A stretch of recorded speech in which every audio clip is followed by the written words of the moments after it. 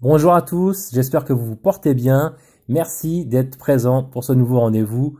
Petite surprise en fin de vidéo, mais avant ça, je vous raconte l'histoire bretonne du pressoir et de la bête.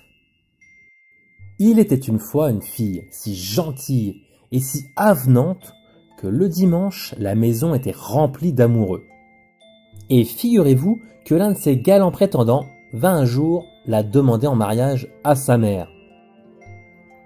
« Je veux bien, répondit-elle, mais il faut que tu te soumettes à une épreuve. Toutes les nuits, une bête qui dévore les gens vient dans notre grange. Si tu peux lui échapper, je te donnerai la main de ma fille. » La nouvelle déstabilisa un peu le jeune garçon, mais il répondit « D'accord, j'essaierai. » La nuit venue, la bonne femme l'enferma donc dans la grange, après lui avoir laissé plusieurs chandelles de résine afin qu'il pût voir ce qui se passait.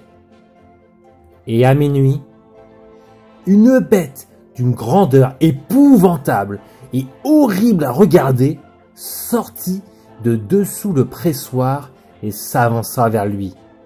Comme il était courageux, il ne recula pas. « Tu es brave, dit la bête. Veux-tu jouer avec moi? Ah, persoirine, persoirette. » « Mais quel est ce jeu, dit le garçon. Il faut se coucher sur le pressoir et se laisser serrer par les vis qui servent à presser les mottes de cidre. Quand tu auras subi cette épreuve, je m'y soumettrai à mon tour. » Bien, dit le garçon, mais tu cesseras de serrer quand je crierai assez. Il se coucha sur le tablier et la bête se mit à faire tourner les vis. Dès que le garçon sentit qu'elle le touchait, il cria d'arrêter, et la bête desserra aussitôt. « À ton tour maintenant, lui dit-il. » La bête se coucha, et le garçon se mit à manœuvrer les vis.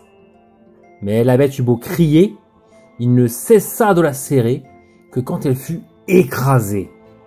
Quand la bonne femme vint à la grange le lendemain, elle fut bien surprise de la grosseur de la bête, qui bien que morte faisait encore peur.